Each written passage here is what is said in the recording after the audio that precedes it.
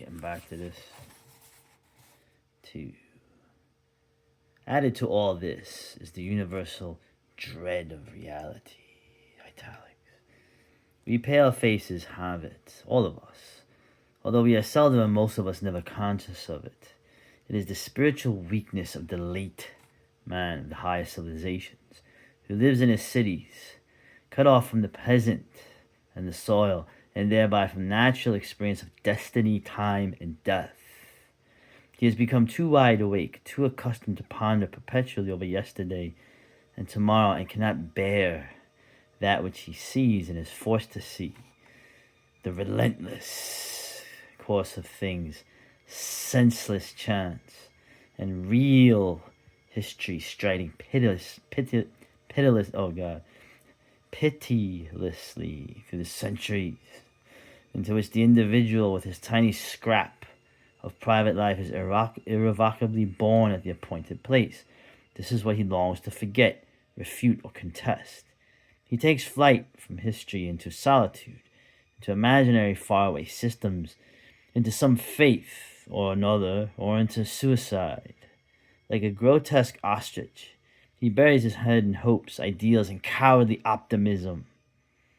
It is so, but it ought not to be. Therefore, it is otherwise. We sing in the woods at night because we are afraid. Similarly, the cowardice of cities shouts his apparent optimism to the world at large for very fear. Reality is no longer to be born. The wish picture of the future is set in place of facts, although fate has never taken any notice of human fancies, from the children's land of do-nothing to the world peace and workers' paradise to the grown-ups. Little as one knows of events in the future, for all that can be got from a comparison with those civilizations is the general form of future facts in their march through the ages. So much is certain. The forces which will sway the future are no other than those of the past. These forces are the will of the strong, healthy instincts, race, the will to possession and power, while justice, happiness, and peace, those dreams which will always remain dreams, hover ineffectively over them. Further, in our own civilization, since the 16th century, it has rapidly grown more impossible for most of us to gain a general view of the ever more confusing events and situations of world politics and economics, or to grasp, let alone control, the forces and tendencies at work in them. True statesmen become rarer and rarer. Most of the doings, as distinct from the events, in the history of these centuries was indeed the work of semi-experts and amateurs, with luck on their side. Still, they could always rely upon the people's instincts to back them. It is only now that this instinct has become so weak, and the valuable criticism of blithe ignorance so strong, as to make it more and more likely that a true statesman with a real knowledge of things will not receive this instinctive support, even at the level of grudging tolerance, but will be prevented from doing what has to be done by the opposition of all the no-betters. Frederick the Great experienced the first of these types of opposition. Bismarck almost fell a victim to the second. Only later generations, and not even they, can appreciate the grandeur and creativeness of such leaders, but we do have to see it that the present confines itself to ingratitude and incomprehension, and does not proceed to counteraction. Germans, in particular, are great at suspecting, criticizing, and voiding creative action. They have none of that historical experience and force of tradition, which are congenital with English life. Oh, really? A nation of poets and thinkers, in the process of becoming a nation of babblers and persecutors. Every real governor is unpopular among his frightened, cowardly, and uncomprehending contemporaries, and one must be more than an idealist to understand even this. We are still in the age of rationalism, which began in the 18th century and is now rapidly nearing its close. We all are its creatures, whether we know it or wish it or not. The word is familiar enough, but who knows how much it implies? It is the arrogance of the urban intellect, which, detached from its roots and no longer guided by strong instinct, looks down with contempt on the full-blooded thinking of the past and the wisdom of ancient peasant stock. It is the period in which everyone can read and write and therefore must have his say and always knows better. This type of mind is obsessed by concepts, the new gods of the age, and it exercises its wits on the world as it sees it. It is no good, it says. We can make it better. Here goes. Let us set up a program for a better world. Nothing can be easier for persons of intelligence, and no doubt seem to be felt that this world will then materialize of itself. It is given a label, human progress, and now that it has a name, it is. Those who doubt it are narrow reactionaries, heretics, and what is worse, persons devoid of democratic virtue. Away with them. In this wise, the fear of reality was overcome by the intellectual arrogance, the darkness that comes from ignorance of all things of life, spiritual poverty, lack of reverence, and finally, world alien stupidity. Imagine what in German, what that would have been written as. For there is nothing stupider than the rootless urban intelligence. In English offices and clubs, it used to be called common sense. In French salons, esprit. In German philosophers studies pure reason. The shallow optimism of the cultural Philistine is ceasing to fear the elemental historical facts and beginning to despise them. Every know-better seeks to absorb them in his scheme, in which experience has no part, to make them conceptually more complete than actually they are, and to subordinate them to himself in his mind, because he has not livingly experienced them, but only perceived them.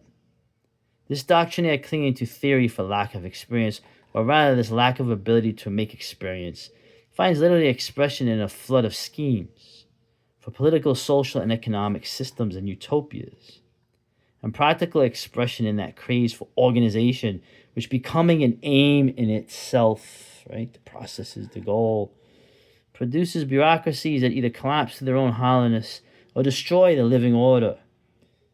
Rationalism is at bottom nothing but criticism, and the critic is the reverse of a creator. He dissects and he reassembles. Conception and birth are alien to him.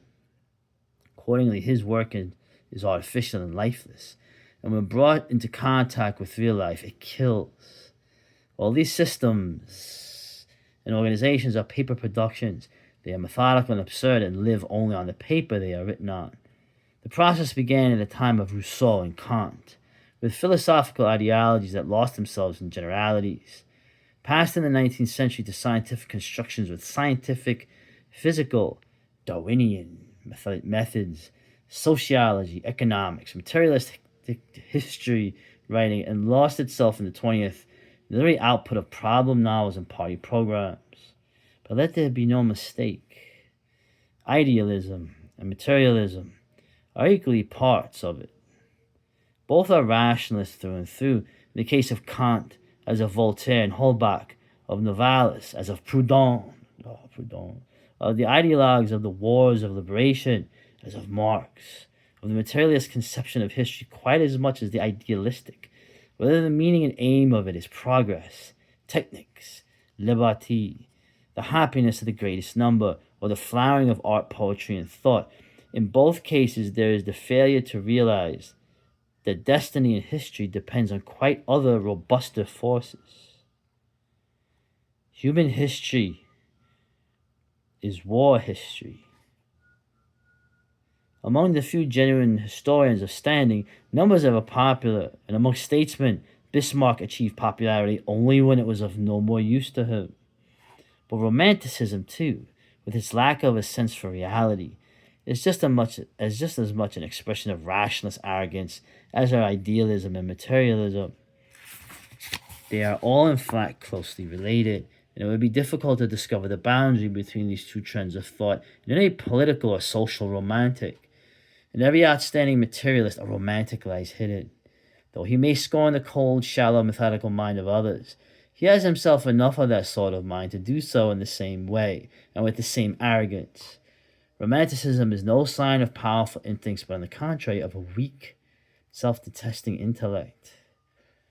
They are all infantile, these romantics.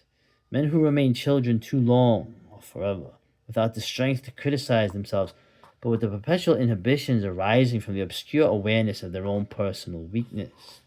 who are impelled by the morbid idea of reforming society, which is to them too masculine, too healthy, too sober, and to reform it not with knives and revolvers in the Russian fashion, heaven forbid, but by noble talk and poetic theories. Hapless indeed they are. If lacking creative power, they lack also the artistic talent to persuade at least themselves that they possess it. Yet even in their art they are feminine and weak, incapable of setting a great novel or a great tragedy on its legs, still less a pure philosophy of any force. All that appears is spineless, lyric, bloodless scenarios and fragmentary ideas, all of them displaying an innocence of and an antagonism to the world which amounts to absurdity. But it was the same with the unfeigned youngling. Hey, I'm getting thirsty. With their old German coats and pipes, Jan and Aunt, even including Stein himself. Stein was unable to control his romantic taste for ancient constitutions sufficiently to allow him to turn his extensive practice experience to successful account in diplomacy. Oh, they were heroes, and noble, and ready to be martyrs at any moment. But they talked too much about German nature, and too little about railways and custom unions, and thus became only an obstacle in the way of Germany's real future. Did they ever so much as hear the name of the great Frederick List, who committed suicide in 1846 because no one understood and supported his far-sighted and monopolitical aim, the building of an economic Germany? But they all knew the names of Arminius and Thusnelda, and these same everlasting Utes.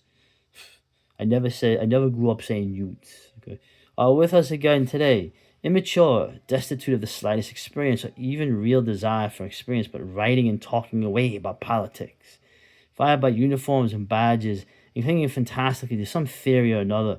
There is a social romanticism of sentimental communists, a political romanticism which regards election figures and the intoxication of mass meeting oratory as deeds, and an economic romanticism which trickles out from behind the gold theories of sick minds that know nothing of the inner forms of modern economics.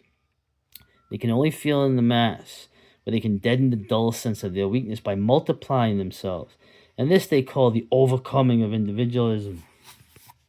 And like all rationalists and romantics, they are as sentimental as a street ditty. Even the contrat social and the rights of man are products of the age of sensibility. Burke, on the contrary, like a true statesman, argued that on his side of the channel, men demand their due as Englishmen and not as human beings, and he was right, Edmund Burke. This was the practical political thinking at the rationalistic issue of undisciplined emotions. For this evil sentimentality, which lies over all theoretical currents of the 2 centuries, liberalism, communism, pacifism, and all the books, speeches, and revolutions, originates in spiritual indiscipline, in personal weakness, in lack of the training imparted by a stern old tradition. It is bourgeois or plebeian, and so far these are terms of abuse. It looks at human things, history, and political destiny from below. Meanly, from the cellar window, the street, the writer's cafe, the National Assembly, not from the height and distance. It detests every kind of greatness, everything that towers, rules, is superior, and construction means for it only the pulling down of all the products of civilization, of the state, of society, to the level of little people, above which its pitiful emotionalism cannot soar to understand. That it all the prefix folk or people means today, for the people in the mouth of any rationalist or romanticist does not mean the well-formed nation, shaped and graded by destiny in the course of ages, but that portion of the dull, formless mass, which everyone senses as his equal, from the proletariat to humanity. This domination of the rootless urban intellect is drawing to a close, and there emerges, as a final way of understanding things as they are, skepticism, fundamental doubt as to the meaning and value of theoretical reflection, as to its ability to arrive at conclusions by critical and abstract methods, or to achieve anything by practical ones. Skepticism in the form of great historical and physiognomic experience, and of the incorruptible eye for facts, the real knowledge of men which teaches them what they were and are and not what they ought to be. The skepticism of true historical thought, which teaches, amongst other things, that there have been other periods wherein criticism was all-powerful, and that these periods have left little impressed behind them. and the skepticism which brings reverence for the facts of world happening, which are and remain inward, secrets to be described but never explained, and to be mastered only by men of strong breed, who are themselves historical facts, not by sentimental programs and systems. This hard recognition of historical fact, which has set in with this century, is intolerable to the soft, uncontrolled natures. They detest those who establish them, calling them pessimists. Well, but this strong pessimism with which belongs the contempt for mankind, of all great fact men who know mankind, is quite a different matter from the cowardly pessimism of small and wary souls, which fear life and cannot bear to look at reality. The life they hope for, spent in peace and happiness, free from danger and replete with comfort, is boring and senile, apart from the fact that it is only imaginable, not possible. On this rock, the reality of history, every ideology must founder. Oh.